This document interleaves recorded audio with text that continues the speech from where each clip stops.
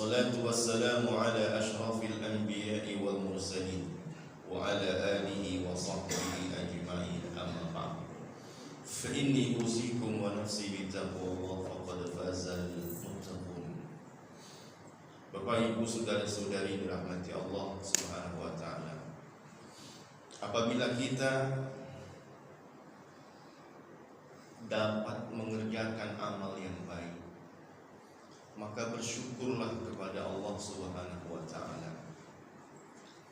Karena ada kalanya seseorang itu dipakai oleh setan untuk melakukan amal yang buruk, atau dipakai oleh setan untuk melakukan hal-hal yang dia inginkan. Huzaifah ibnul Yaman dia berkata, kunna idza hadarna ma'an nabi sallallahu alaihi wasallam ta'aman lam nadha aydiyana hatta yabda'a Rasulullah sallallahu alaihi wasallam fayadha yadah. Dulu kami apabila hadir dalam jamuan makan, maka tak satu pun dari kami yang berani mengambil duluan sampai Nabi yang memulai. Wa inna hadarna ma'ahu marratan ta'aman. Tetapi pernah satu kali kami hadir dalam jamuan makan, tidak ada satupun yang memulai, dan Nabi juga belum memulai. Tetapi ja'at jariyatun ka'annaha tulfa. Seorang perempuan budak itu datang mengambil makanan, seolah-olah dia didorong oleh sesuatu. Maka dipeganglah tangannya oleh Rasulullah SAW. Wa ja'a Arabiyun, dan datang lagi orang Arab Badui, ka'annahu yudfa, seolah-olah dia didorong untuk mengambil makanan itu. Maka Nabi memegang lagi tangannya. Jadi sudah dua tangan ditangkap oleh Rasulullah sallallahu alaihi wasallam. Kemudian Nabi memberikan kabar berita, inna syaitan la yastahilu ta'am alla yuzkara rasmullah alaihi. Sesungguhnya syaitan berusaha menghalalkan makanan ini untuknya, dengan cara diambil dengan tergesa-gesa sampai lupa enggak baca bismillah. Wa innahu ja'a bihadzal jariyah liyastahilla biha, dan sesungguhnya setan itu datang menumpangi perempuan ini untuk menghalalkan makanan itu. Wa innahu ja'a bihadzal a'rabi liyastahilla bihi. Ketika dia enggak berhasil lewat tuh perempuan, setan juga menggunakan yang laki-laki untuk menghalalkannya. Walladzi nafsi biyadihi, demi zat yang jiwaku berada di dalam tangannya. Inna yadahu fi yadi ma'ayadiha. Sesungguhnya tangan setan betul-betul dipegang oleh Nabi bersamaan dengan tangan perempuan tadi atau budak tadi. Bapak Ibu saudara-saudari dirahmati Allah Subhanahu wa taala. Berasa enggak kita kalau kita enggak baca bismillah waktu makan, kita itu bisa jadi dipakai oleh setan. Maka Nabi betul-betul mengingatkan orang jangan sampai dipakai oleh setan. Karena kehinaan dipakai setan itu, kerugian dipakai oleh setan itu. Kita yang bangun rumah capek-capek, kita yang masak makanan capek-capek, tetapi gara-gara kita enggak baca bismillah masuk rumah, enggak ucap salam masuk rumah, enggak baca doa masuk rumah, apa kata Nabi? Maka setan-setan itu datang berkumpul lalu memanggil teman-temannya, ada tempat nginap buat kita malam ini. Ada gratisan makan malam buat kita hari ini. Itu kalau orang baca, enggak baca bismillah, nggak ucap salam, nggak baca doa, masuk rumah, maka dipakai oleh setan itu kerugian, dipakai oleh setan itu adalah kehinaan. Maka kata Salamah ibnul Aqwa, inna rajulan akala inda Rasulillahi sallallahu alaihi wasallam bishimalih. Ada seorang lelaki makan di dekat Rasul pakai tangan kiri. Wah, udah diketahuan lagi kan. Makan gak baca bismillah, dipakai gak sama setan? Dipakai. Masuk rumah gak baca bismillah, gak salam, gak doa, dipakai gak sama setan? Dipakai. Ini makan tangan kiri, dipakai gak kira-kira? Nah, ketika ada orang makan pakai tangan kiri, kata Nabi, kul biyaminik, makan pakai tangan kanan. Makan pakai tangan kanan, jangan tangan kiri. Lalu orang itu berkata, la astati', gak bisa saya makan pakai tangan kanan. Maka Nabi bilang, lastatota, gak bisa beneran nanti. Bener-bener gak bisa orang itu. Padahal awalnya dia bukan gak bisa. Ma man'ahu ilal kibar. Ya. Tidak ada yang menghalangi orang ini makan dengan tangan kanan selain daripada kesombongan. Dinasehatin oleh Rasul, dia tidak mau, dia nolak, dia sombong. Tetapi akhirnya dibeneran, fama rafa'a ila fi. Akhirnya dia benar-benar nggak bisa pakai tangan kanannya, ya, dan itu terjadi sampai dia mati dalam kondisi tangannya nggak bisa dipakai. Maka Nabi ingatkan betul, kata Nabi, la yakulanna ahadun minkum bishimalihi wala yashrabanna biha. Janganlah ada salah seorang dari kalian makan dengan tangan kiri, jangan. Demikian juga jangan minum dengan tangan kiri, jangan. Fa inna syaitan yakulu bishimalihi wa yashrabu biha.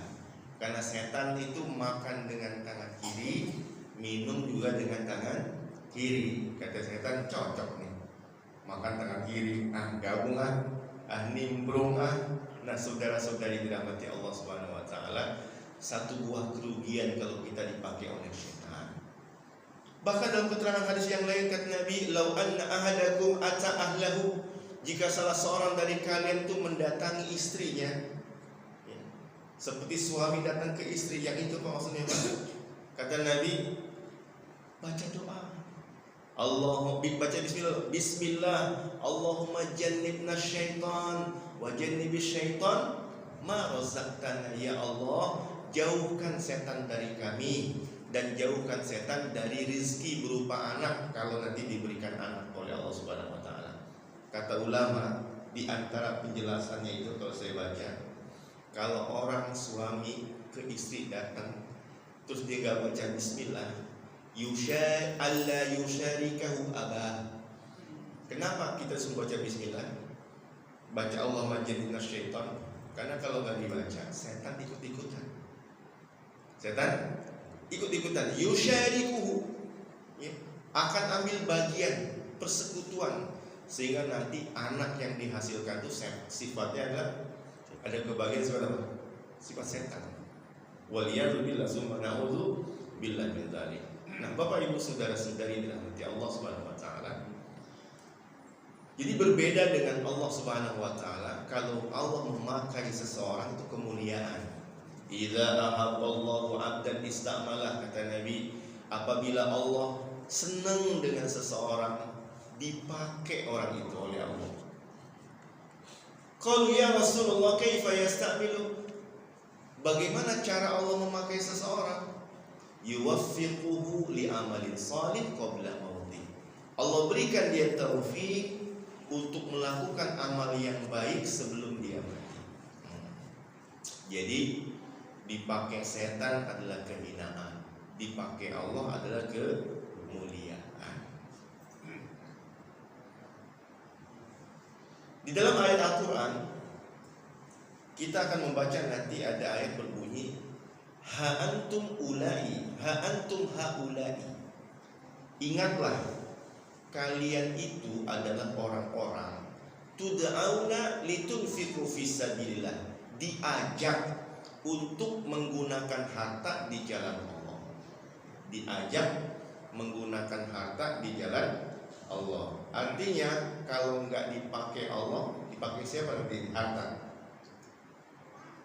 Dipakai siapa? Setan. Maka kata Allah, ingat, ha antum haula'i, kalian itu adalah orang-orang yang diajak menggunakan hartanya di jalan Allah, yaitu fisabilil khair, di jalan kebaikan. Kalian diajak menggunakan potensi untuk kebaikan. Kalian diajak untuk menjadi manfaat untuk orang lain. Faminkum may yabkhal, tetapi ada di antara kalian yang tidak mau dipakai hartanya, tidak mau dipakai potensinya, tidak mau jadi manfaat bagi orang lain, lebih senang mubazir dan sia-sia tanpa dipakai oleh seorang pun. Wa may yabkhal fa inna ma yabkhalu an nafsi. Dan barang siapa yang bakhil, pelit, nggak mau ya dipakai oleh Allah, nggak mau dimanfaatkan oleh orang lain, tak mau jadi akses kebaikan, maka sebenarnya dia pelit untuk dirinya sendiri. Wallahul ghaniyyu wa antumul fuqara. Dan Allah itu maha kaya, nggak butuh siapapun, nggak butuh apapun. Kalianlah yang fakir, sangat butuh kepada Allah Subhanahu wa taala. Wa in tatawallaw yastabdil qauman ghairakum. Dan jika kalian berpaling, nggak mau dipakai, Allah ganti dengan orang yang lain. Yastabdil qauman ghairakum. Allah punya nggak banyak stok, Allah punya nggak banyak cadangan, punya banyak. Kalau kita nggak mau dipakai sama Allah, Allah bisa pakai yang lain. Kata Allah, summa la yakunu amsalakum. Mereka nggak seperti kamu pelit, nggak seperti kamu nggak mau dipakai, mereka mau dipakai. Jadi Bapak Ibu saudara-saudari dirahmati Allah Subhanahu wa taala, kalau untuk perkara-perkara kecil atau remeh saja setan bisa pakai dan mau pakai, kira-kira perkara besar mau gak dipakai sama setan? Cuman makan doang nggak, wah ini makan nih, gimana cara kata setan? Makan sesuai dengan makan saya, minum sesuai dengan minum saya, rumah jadi rumah menginap saya.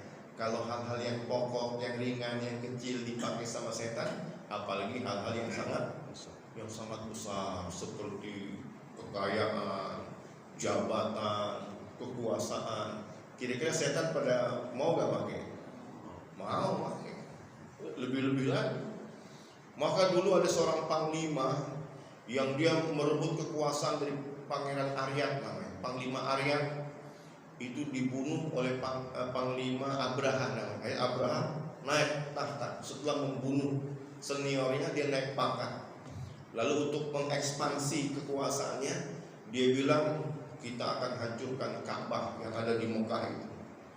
Maka masuklah Abraha ke kota Makkah dengan pasukan bergajah untuk menghancurkan Ka'bah. Maka seluruh penduduk Mekah kabur melarikan diri. Nggak sempat bikin hashtag kabur aja dulu. Mekah gelap, nggak sempat, langsung pergi kabur. Tetapi di saat itu muncul seorang lelaki dari kejauhan. Dilihat siapa ini? Yang lain pada lari kabur, sementara dia datang sendiri. Dia pesan sama penerjemahnya, kalau orang itu datang, tanya, ngapain ini kemarin?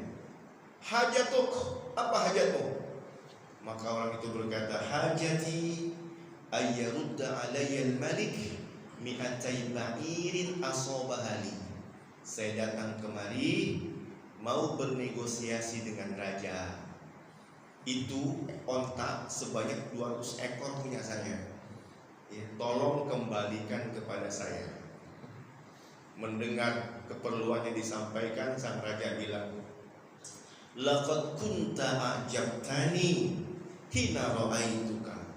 Sesungguhnya tadinya kamu tuh membuat saya takjub, membuat saya kagum. Di saat orang lain melarikan diri, kamu datang sendiri. Tetapi setelah dengar apa yang kau inginkan setelah bertemu denganku, hilang kekaguman itu. Atukallimuni fi mi'atai ba'irin asabtuha laka. Apakah kau datang sendirian hanya untuk ngomongin onta?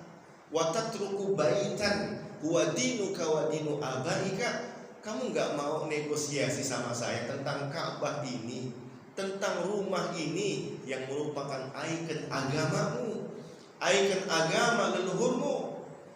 Kecewa saya, hilang kagumku kepadamu karena kau datang hanya berpikir tentang onta. Lalu orang itu dengan santainya berkata, ini ana rabbul ibil. Ya wajar dong, saya kan pemilik onta. Maka pikirnya cuma pikir onta, nggak pikir yang lain. Ini ana rabbul ibil, saya pemilik onta, maka saya memikirkan onta saya. Wa inna lil baiti rabban sayamna'uh. Sedangkan rumah ini yang mau kau hancurkan itu juga ada pemiliknya. Ada pemiliknya. Nah, pemiliknya lah yang akan menjaga dan melindunginya. Lagi-lagi sang raja kecewa. Ternyata memang benar nih, orang mikirnya ontak doang, nggak mikir dengan agamanya. Ya. Atukallimuni fi mi'atai ba'irin asabtuha laka wa tatruku baitan wa dinuka wa dinu abaika. Wa ini qad jitu li ahdima. Ya sudah, aku datang kemari bukan mau ngambil ontak, silakan ontak ambil pulang. Tetapi aku kemari mau menghancurkan Ka'bah. Maka kata orang itu, anta wazaka. Coba aja kalau berani. Bahasa kita begitu, terserah. Kalau berani hancurin dah. Nanti hadapi yang punya. Maka dibawalah 200 ekor onta tersebut. Kemudian sang raja bilang, ayo kita hancurkan Ka'bah itu. Tetapi tak satu gajah pun bergerak. Tak satu gajah pun bergerak. Berani. Ternyata dilihat dari jauh di langit ada burung, sekelompok burung. Nah, kisah ini diceritakan oleh Allah. Ketika tak satu pun orang mau dipakai, Allah bisa nggak pakai yang lain? Bisa. Dalam konteks ini apa dipakai? Burung. Ketika satu orang nggak peduli dengan masjid, nggak peduli dengan rumah Allah, nggak peduli dengan Ka'bah, Allah bisa pakai makhluk yang lain. Apa itu? Burung. Alam tara kaifa fa'ala rabbuka bi ashabil fil alam yaj'al kaidahum fi tadlil wa arsala 'alaihim tayran ababil tarmihim bihijaratin min sijil faj'alahum ka'asfin ma'kul. Allah kirim sekelompok burung, bukan burung besar semacam Raja Wali, elang atau Garuda barangkali, tidak. Burung ababil, burung yang kecil, membawa batu yang kecil tapi panasnya nggak ketulungan. Min sijil, dari tanah yang terbakar, dilempar oleh burung tersebut, kena menimpa pasukan bergajah. Maka kata Allah, faja'alahum ka'asfin makul, udah kayak daun dimakan ular. Masya Allah, anak-anak kita hafal surat Al-Fil nih. Ya, tetapi kalau dia nggak tahu ceritanya, nggak peduli dengan masjid nanti. Kalau orang tahu kisah ini, dia akan ambil kepedulian dengan masjid, dengan Baitullah, dengan rumah Allah. Satu buah sejarah di mana ketika tak ada satupun yang peduli dengan masjid, dia mau dihancurkan, dia mau dirubuhkan, tak satupun yang mau menolongnya. Allah bisa gunakan yang lain. Tetapi yang ironis hari ini Bapak Ibu, yang paling bahaya adalah masjid masih tegak berdiri bangunannya, tetapi sudah runtuh isinya. Nah, maka anak-anak kita yang hafal surat Al-Fil, kita ceritakan kisah ini, bahwasanya Allah Subhanahu wa Ta'ala itu bisa menggunakan apapun dan siapapun kalau kita tidak mau digunakan oleh Allah Subhanahu wa Ta'ala. Ular, kata orang, dia puasa juga. Ular, kata orang, dia itikaf juga. Dia bikin kepompong. Itikaf gak di kepompong? Apa dia di kepompong tuh keluar masuk begitu? Enggak, dia itikaf di kepompong. Puasa kan dia? Puasa sehingga pada waktu tertentu dia keluar berubah kan? Berubah menjadi kuku-kuku yang indah. Jadi kalau kita nggak mau ngambil pelajaran dari semacam ulat saja, bulan puasa kita dimasukkan dalam kepompong Ramadan. Bulan puasa ada puasa, dan bulan Ramadan ada puasanya, ada itikafnya. Maka diharapkan kita akan keluar di bulan Ramadan, keluar dari bulan Ramadan menjadi satu buah perubahan yang indah. Nah, Bapak Ibu saudara-saudari dirahmati Allah Subhanahu wa taala. Maka hendaknya kita bersyukur kalau dipakai oleh Allah Subhanahu wa taala. Kalau bisa kita nangis kalau nggak dipakai oleh Allah. Ya Allah, pakai saya buat haji ya Allah. Masa dia dipakai saya nggak dipakai? Ya Allah, pakai saya buat sedekah ya Allah. Jangan dia terus yang sedekah, saya ya Allah yang sedekah. Ya Allah, pakai saya baca Quran. Kenapa dia yang dipakai mulutnya baca Quran? Pakai saya ya Allah. Dulu ada seorang perempuan ibu, dia dengar berita Nabi itu kalau khutbah katanya kadang-kadang lama, capek, nyender di pohon korma.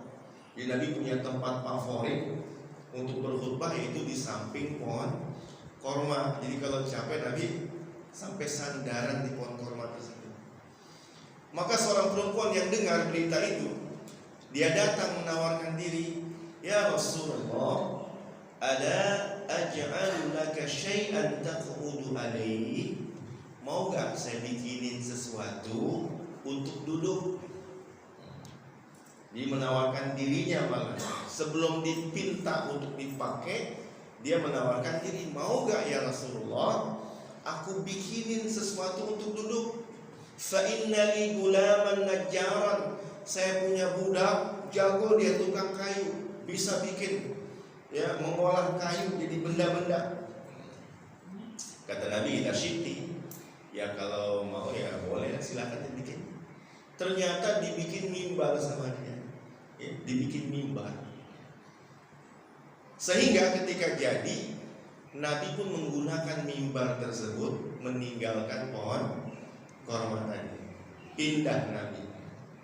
Ketika Nabi sedang berkhutbah, terdengarlah suara tangisan seperti tangisan anak kecil. Maka orang-orang cari siapa yang menangis. Kemudian tertujulah pandangan mata mereka dengan pohon korma tadi. Kayak dari pohon korma. Suara tangisannya, anak siapa tuh ngumpet di belakang? Bukan ada anak kecil ngumpet di belakang pohon korma, tetapi memang pohon korma itulah yang menangis. Nabi turun dari mimbar, dipegang pohon korma itu, mereda suaranya, dipeluk oleh Nabi sampai hilang suaranya. Lalu Nabi berkata, bakat yang nangis pohon korma ini. Bakat. Kenapa dia menangis? Ala makanat tasma'u minaz zikri. Karena zikir, nasihat yang dulu-dulunya biasa dia dengar langsung di samping Rasulullah SAW. Dulu dia dipakai Rasul, kemudian ketika ada mimbar ditinggalkan, nangis, dia sedih. Bapak Ibu saudara-saudari dirahmati Allah Subhanahu wa taala. Maka ya, kita juga begitu. Hendaknya kita sedih.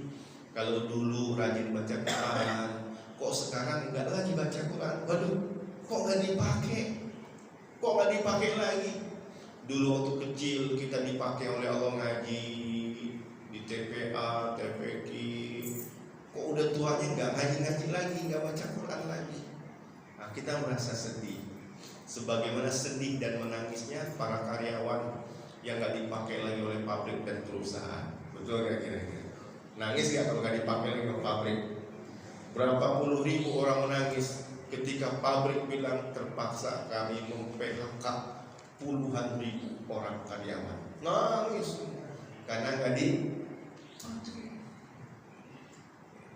Mestinya menangis itu lebih deras, lebih kuat kalau kita tak dipakai lagi oleh Allah Subhanahu wa taala. Bapak Ibu saudara-saudari dirahmati Allah. Orang-orang Islam di masa awal, para sahabat Nabi, mereka punya logika pemikiran seperti itu. Kalau saya pernah dipakai di masa jahiliyah untuk keburukan, maka saya mesti dipakai di masa Islam untuk kebaikan. Semacam menebus begitu. Ada namanya Wahsy bin Harb. Dia memandang kepada tombak yang dia pegang. Dia bilang, qataltu khairan nas fil jahiliyah. Aku telah membunuh sebaik-baik manusia di masa jahiliyah. Dia ingat nih, ini tombak nih dia pakai buat membunuh Hamzah, paman daripada Nabi Muhammad SAW, orang yang paling dicintai sama Nabi. Hamzah dibunuh sama Wahsy. Maka Wahsy ingat itu. Ini saya pernah pakai ini nih buat ngebunuh sebaik-baik orang. Kapan saya bisa ngebunuh seburuk-buruk orang di masa Islam? Akhirnya ketika Nabi wafat, Kekhalifan Abu Bakar mengajak masyarakat untuk perang melawan Musailamah Al-Kadzdzab, Nabi palsu. Wah, kebetulan nih, Nabi palsu itu adalah orang yang paling dibenci oleh Nabi Muhammad SAW. Maka diambil semacam penebusan. Kalau dulu saya dipakai setan untuk membunuh orang yang dicintai Nabi, sekarang saya biar dipakai oleh Islam untuk membunuh orang yang paling dibenci oleh Nabi, yaitu Nabi palsu. Berangkat dia dibunuh, Musailamah Al-Kadzdzab.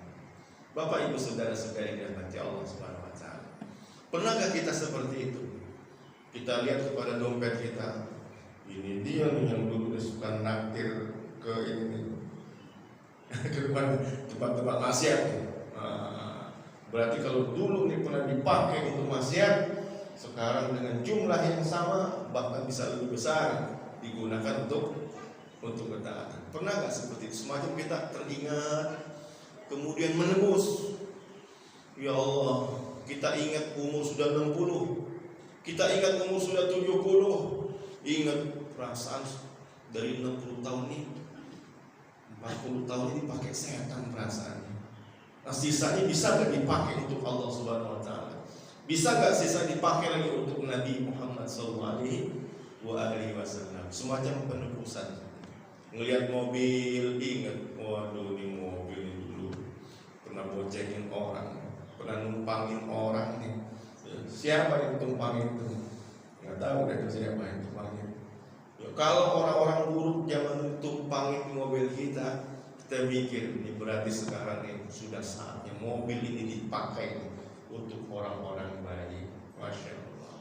Bapak Ibu saudara-saudari dirahmati Allah Subhanahu wa taala. Maka kalau ada masjid butuh pada mobil jenazah, oh nih, Alphard saya buat jenazah. MPV atau Alphard kira-kira? Luxio, ya mobil-mobil kotak-kotak itu pakai buat jadi wakaf untuk membawa jenazah, misalnya begitu.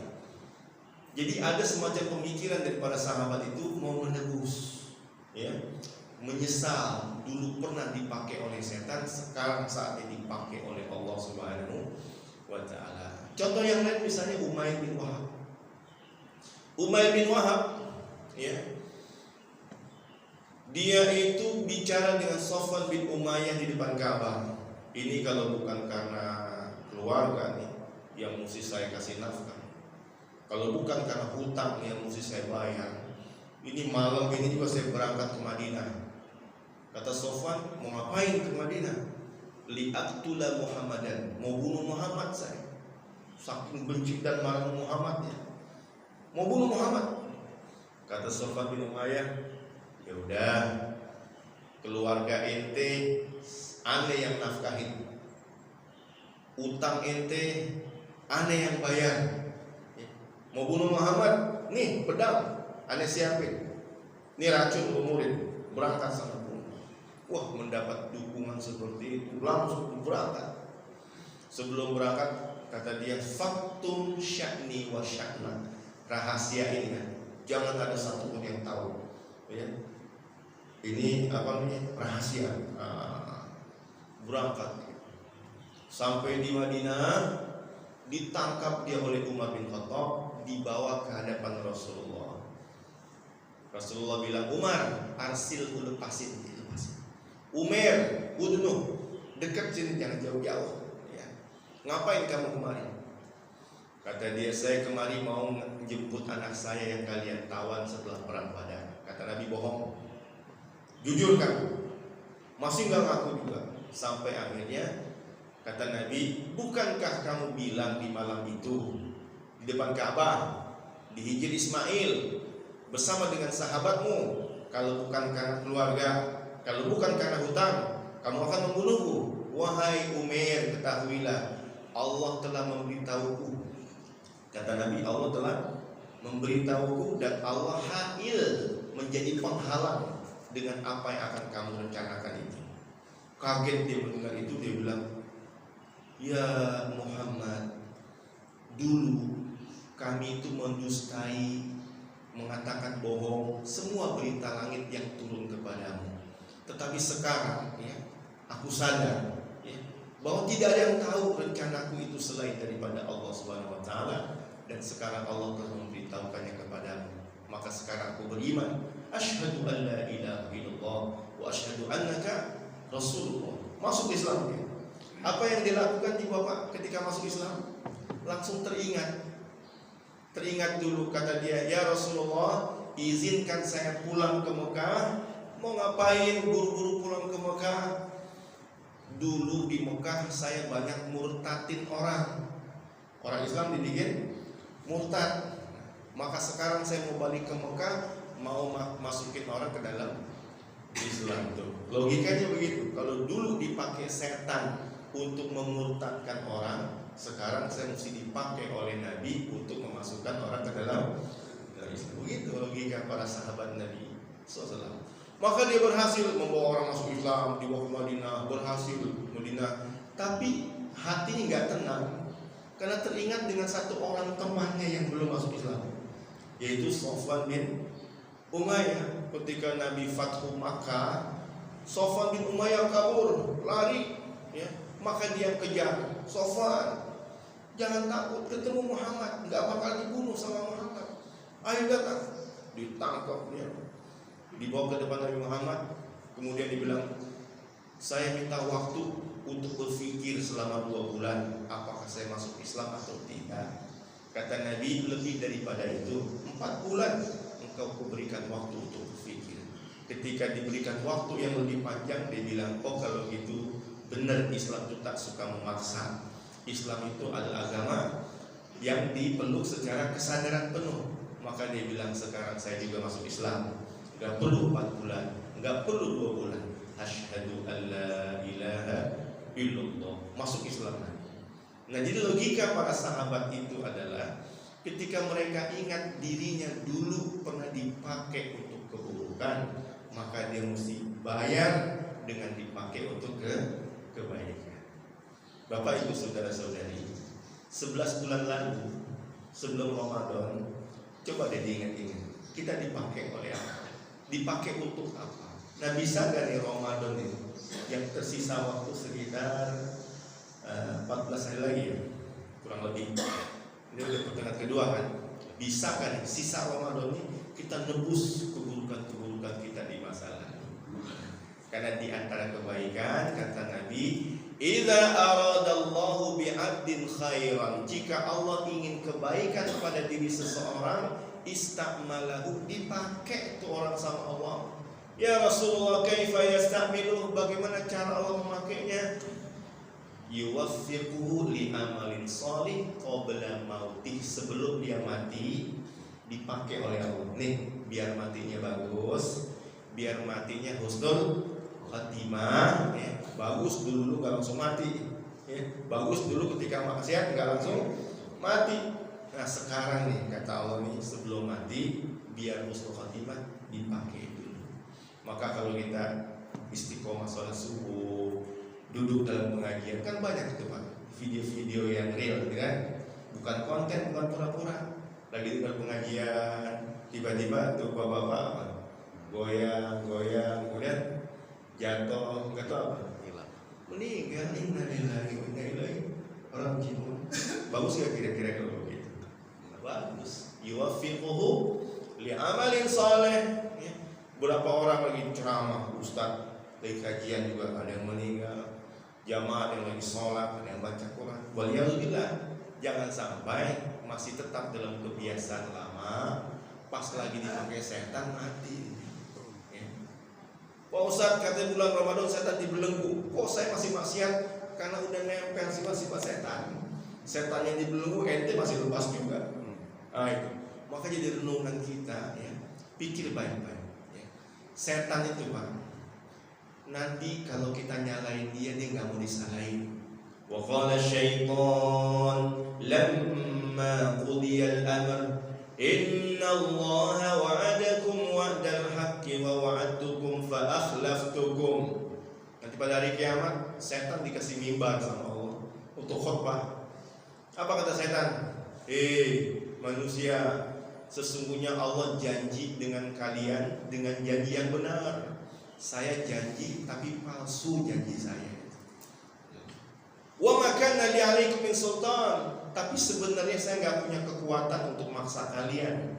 Illa an da'autukum fastajabtum li. Saya cuma ngajak doang loh kata saya. Ngajak doang, nggak pernah maksa-maksa. Ngajak doang, kalian yang mau. Ya. Setan kan nggak bikin pabrik uang, tapi ngajak orang yang punya uang. Setan nggak bikin pabrik senjata, tapi orang yang punya pistol pasti didatengin setan. Kata setan, buat apa untuk pistol di pinggang? Ya, itu kan buat pistol air, pakai. Nah, akhirnya pakai buat kejahatan. Setan nggak menyelenggarain pilkada, pilpres, tapi siapapun penguasa kalau udah punya kekuasaan didatengin setan nggak? Datengin loh setan, apa? Mau dipakai buat apa untuk kekuasaan? Kalau nggak dipakai buat menjalankan misi-misi setan. Kata setan, tapi saya cuma ngajak kalian yang mau. Fala talumuni wa lumu anfusakum. Kalau mau celak dirimu sendiri. Jangan celak aku. Ya, cuma kesambung batu, setan salah ya. Lagi jalan kesambung batu, setan. Kata setan, jangan celak saya. Celak diri sendiri. Fala talumuni wa lumu anfusakum. Ma ana bimusrihikum wa ma antum bimusrihi. Saya nggak bisa nolong kamu sebagaimana kamu juga nggak bisa nolong saya. Maka pada hari kiamat semua menyesal karena tak ada satupun yang bisa saling tolong-menolong, bantu-membantu. Bapak Ibu, saudara-saudari dirahmati Allah Subhanahu wa taala, mumpung kita masih punya sisa umur, kesempatan hidup, yuk kita tebus kesalahan-kesalahan kita gunakan seluruh potensi yang kita miliki fisabilillah, fisabilil khair untuk Allah Subhanahu wa taala. Amin. Amin ya rabbal alamin. Wallahu al-muwaffiq ila aqwamit thariq. Kita tutup dengan sebuah pertanyaan. Dipakai Allah atau dipakai setan? Mau yang mana? Jawaban di tangan Anda sendiri. Ya. Kalau ada soal atau diskusi, saya persilakan. Assalamualaikum warahmatullahi wabarakatuh. Waalaikumsalam warahmatullahi wabarakatuh. Mohon izin ada 2 pertanyaan, Ustaz. Yang pertama mengenai dipakai Allah. Ini pengalaman pribadi, mohon bimbingan. Jadi saya dapat karunia dikasih keahlian tertentu yang langka, yang dengan keahlian saya yang langka tersebut, saya kalau mengerjakan sesuatu dibandingkan dengan orang lain yang mengerjakan sesuatu yang serupa, saya dibayar mungkin 3 kali, 4 kali atau lebih dibandingkan orang lain dibayar untuk mengerjakan pekerjaan tersebut karena keahlian saya yang khusus tersebut. Nah itu berakumulasilah menjadi kesenangan dunia saya. Dan saya sekarang sudah di ujung umur, sudah hampir 65 tahun, jadi ya udah mungkin dekat-dekat bau-bau tanah. Apakah saya di waktu yang pendek ini mungkin bisa menebus waktu hidup saya menggunakan keahlian istimewa yang diberikan kepada saya itu tadinya untuk dunia? Masih bisakah saya menebus dengan sisa umur ini mengajari orang lain yang tadinya menjadi kompetitor saya? menjadi orang yang saingan saya ajari keahlian itu kepada orang lain sehingga orang lain itu dapat keahlian istimewa tersebut. Kira-kira sisa umur saya ini masih bisa nggak nembus? Padahal mungkin sisa umur saya ini masih pendek, tinggal pendek saja. Yang kedua mengenai dipakai setan. Kalau misalnya kita makan tidak baca bismillah, kita dipakai setan. Bagaimana kalau kita mengerjakan sesuatu yang mungkin kita ragu-ragu itu halal atau haram atau subhat. Misalnya kalau mau merokok pakai bismillah atau sebaiknya tidak bismillah. Termasuk setelah isap lepas kan nikmat. Alhamdulillah. Ya kira-kira begitu Ustaz. Terima kasih. Yang pertama, bismillah, alhamdulillah, wassalatu wassalamu ala rasulillah. Umur udah 65, mungkin sisa 3 tahun misalnya nih. Sementara saya pernah memakai usia saya sejak lulus kuliah, saya punya skill, kemampuan. Lulus kuliah misalnya umur 22 misalnya. Dari 22 ke 65 berapa tuh? 43. 43 tahun Pak Ustaz, ya. Saya pakai untuk dunia. Enggak pakai setan sih Pak Ustaz. Enggak dipakai setan nih, pakai buat dunia doang misalnya gitu. Bisa gak saya nembus yang dengan 3 tahun itu bisa mengejar? Kemungkinan bisa. Karena kata Nabi, idza mata ibnu Adam atau idza mata al-insan in qata amaluhu ila min salas. Memang terputus amalnya kalau mati. Tetapi ada amal-amal yang bisa berlanjut meskipun dia sudah mati. Di antaranya ilmu yuntafa'u bih. Jadi kalau kita ajarkan ilmu itu kepada orang dan orang itu melakukannya untuk manfaat, untuk kebaikan, maka selama orang itu mengamalkannya dan mengajarkannya kembali, maka kita yang sudah meninggal tetap dapat aliran pahala. Gitu. Jadi kalau dibilang bisakah nanti mengejar 43 tahun yang pernah saya gunakan di dunia dengan masa 3 tahun ini? Bisa. Itu dengan mengajarkan orang lain, khususnya ajarkan orang yang tepat. Ajarkan orang yang tepat. Jangan sampai mengajarkan nanti orang yang gak tepat, dipakai buat hal yang sama nanti. Dipakai buat hal yang sama, mending kalau cuma dipakai buat dunia doang. Ya. Tapi kalau dipakai setan udah pasti gak benar. Ya. Dibikin nih, kamu nih jago nih, bisa ngurusin masalah keuangan, ya, bisa ngitung pajak misalnya begitu. Kemudian diamalkan lagi, kemudian dia bekerja sama dengan orang-orang untuk mengelabui, untuk bikin kan kejahatan di bidang keuangan. Hal dosanya ngadir lagi begitu. Maka ilmu yuntafa'u bih, ilmu yang bermanfaat, pastikan yang diajarkan itu orang yang tepat. Bisa begitu. Kemudian yang kedua,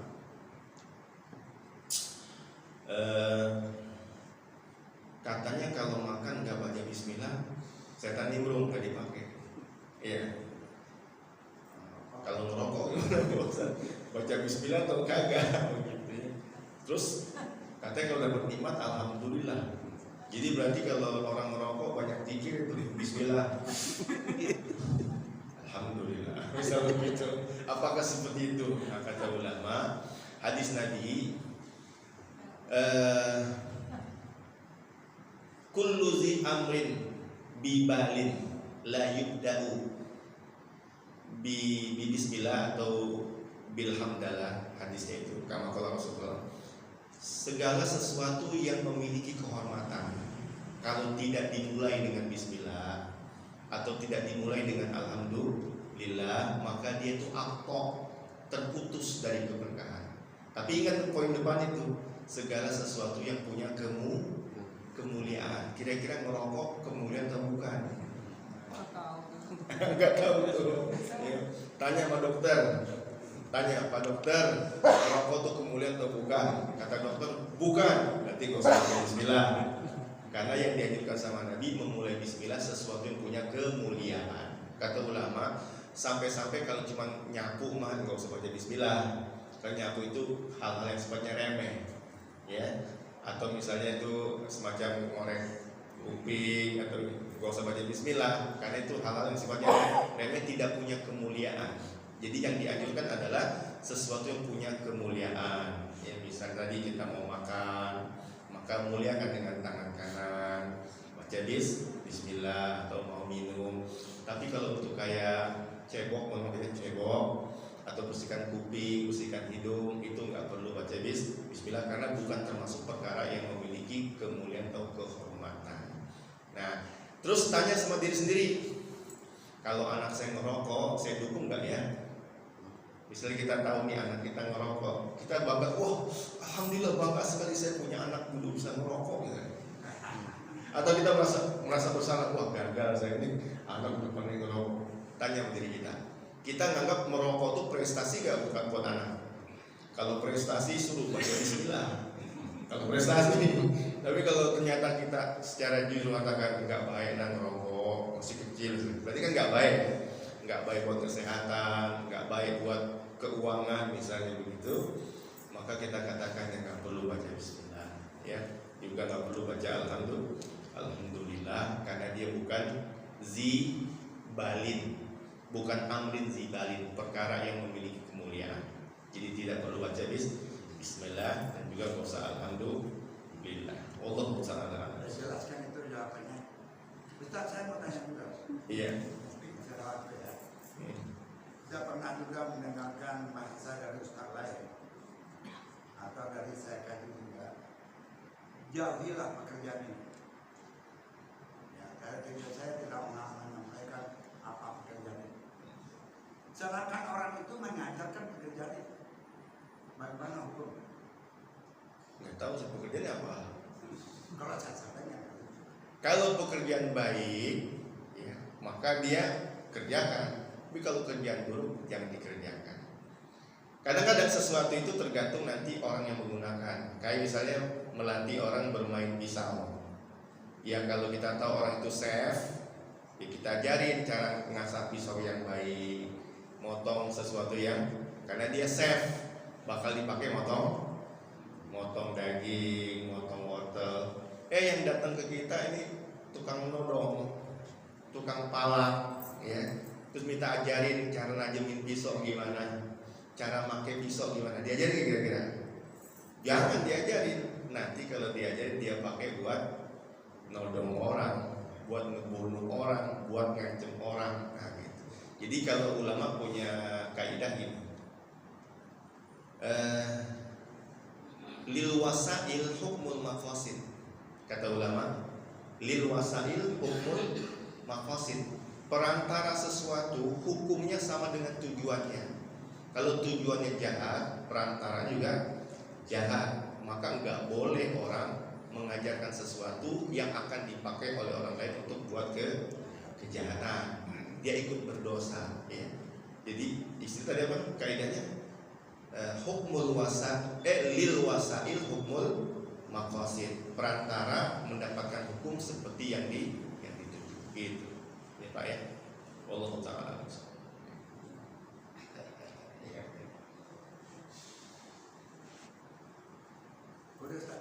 Sudah.